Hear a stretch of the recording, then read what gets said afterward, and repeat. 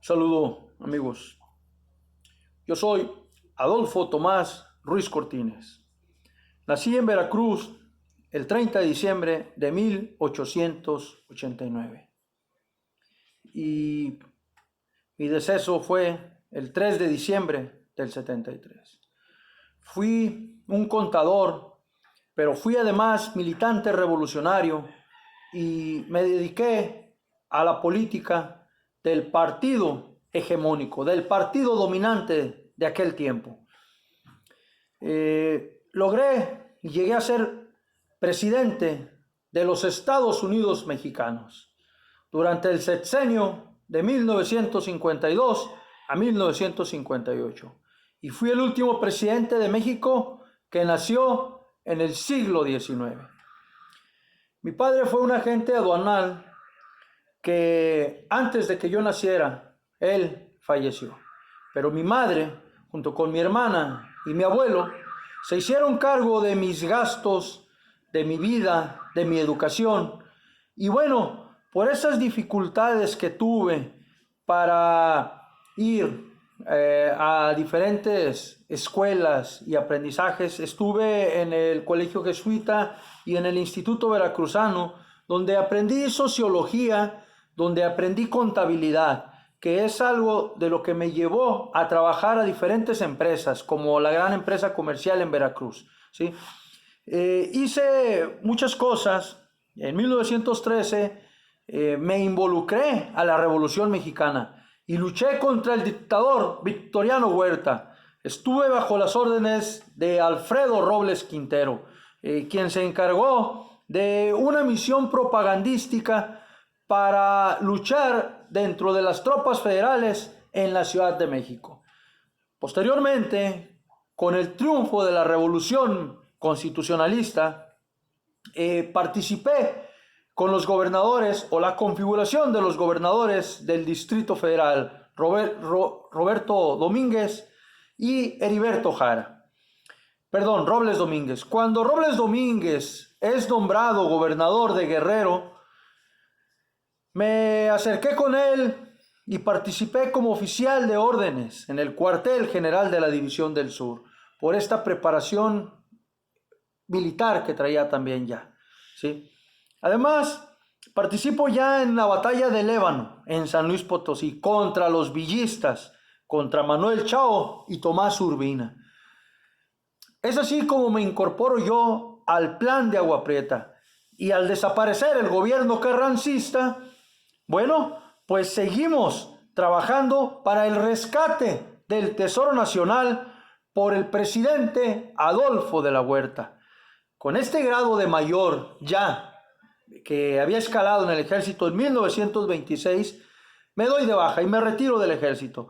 Logré ser secretario particular de Treviño en la Secretaría de Industria y Comercio del país.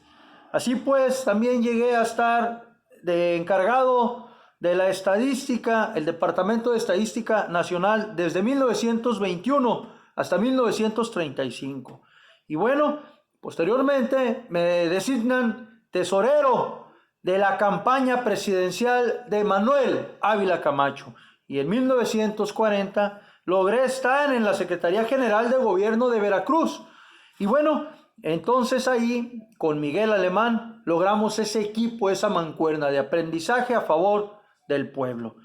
Posteriormente, logro ocupar la Secretaría de Gobierno de Veracruz y esta es la que me lleva a mantenerme para que más adelante me nombren y me pueda yo registrar como candidato a la presidencia.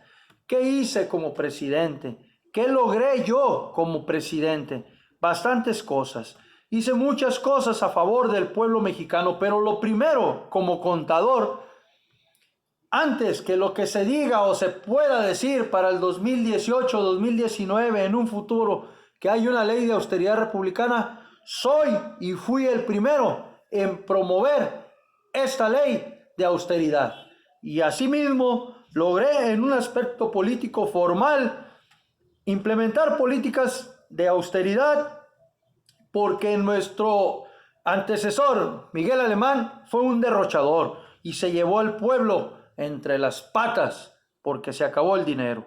Y por ahí mismo, como había muchos secuaces de él, me tocó crear la ley de responsabilidades de los funcionarios públicos.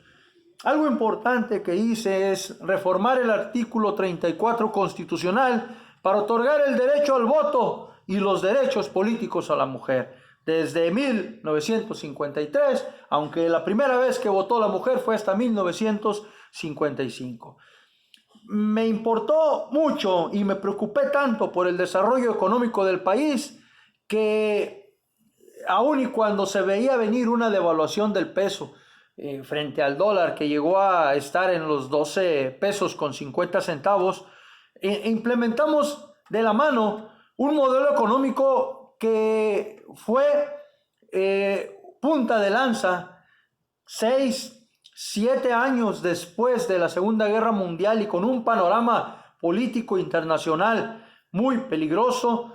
Logramos un modelo estabilizador. Este modelo económico logró rebasar al modelo de sustitución de importaciones porque después de la Segunda Guerra Mundial las empresas quedaron muy golpeadas en el mundo y entonces tuvimos que desarrollar a través de este modelo de desarrollo estabilizador programas propios para el campo, programas propios para el consumo interno que nos diera esa estabilidad económica. Y así nosotros también llamamos a un programa que se llamó Marcha hacia el Mar, en donde lográbamos nosotros un progreso marítimo. ¿Por qué? Por estos puertos de altura, en donde nosotros buscamos y logramos que las importaciones mundiales, aun y cuando se reducían para consumo propio, sí se ampliaron para manufactura, para transformación de materia prima en producto terminado, y asimismo nosotros ya pudiéramos ser fabricantes de productos de primera necesidad. Como estábamos buscando el trabajo decente y a favor de la clase trabajadora, también en 1954 logramos implementar el aguinaldo. Y así, poco a poco, nosotros logramos también un desarrollo social y cultural. Acuérdense que nosotros, un servidor, como presidente, instruye al Ministerio de Educación o Secretaría de Educación para implementar programas amplios y erradicar el alfabetismo. Ya estábamos en este siglo XX, en donde un servidor lo que quería era la educación de calidad, y para ello construimos también varios planteles educativos.